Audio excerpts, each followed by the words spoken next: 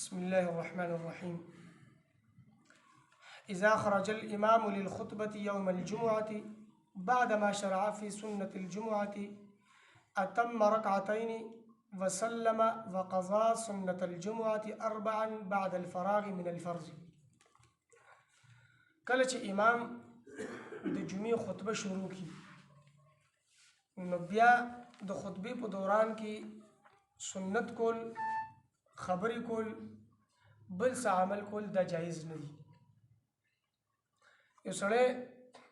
هغه دوران خطبې کې راغی، جمعات ته داخل شو، دغه سنت نه دي کړي، امام خطبه شروع کوي او یا شروع کړي دا، نو دی به غلی کینی، دی به داسې نه کوي چې دی په سنتو باندې ودرېږي، امام دی خطبه وي او دی خپل سنت کوي. سنت به نه کوي، سنت جایز نه دي په دې وخت کې. هغه سړی چې هغه سنت شروع کړ دي او امام د خطبې د لپاره ودرېدو، نو د هغه دپاره څه حکم دی؟ اول خدا چې امام خطبې ته ولاړ دی، خطبه شروع کړ ده یا خطبه شروع کوي او یو سړی هغه سنت لا شروع کړي نه دي، نو دی به سنت نه شروع کوي، دی به غلی کینی، د خطبې سماعت به کوي، خطبه به اوري. خو که چېرته یو سړي د خطبې شروع کېدو نه مخکې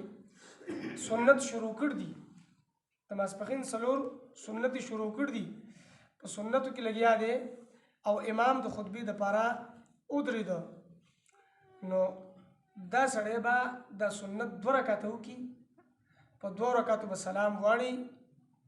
دا 2 رکعته د نفل شلل، او چې کله خطبه وویل شلله، فرض موز وشو د جمعې فرض، هغې نه وروستو چې دی نور سنت کوي، نو هغې سره خپل دا اولني 4 سنت چې دي د دې قضا به راوګرځي. اذا خرج الامام للخطبه، کله چې راوځي امام د خطبې دپاره، منبر ته خیږي، یوم الجمعة پرز د جمعې، بعد ما شرع فی سنت الجمعة، وروستو د هغې نه چې یو سړي شروع کړي دي سنت د جمعې پرز باندې، د جمعې فرضونه اولني 4 رکعته چې کوم سنت دي هغه شروع کړ دي او امام د خطبې دپاره راووته، اوس خطبه شروع کوي، اتم رکعتین، نو دی به 2 رکعته پوره کي، وسلم او سلام به وګرځي، وقضا سنت الجمعة 4،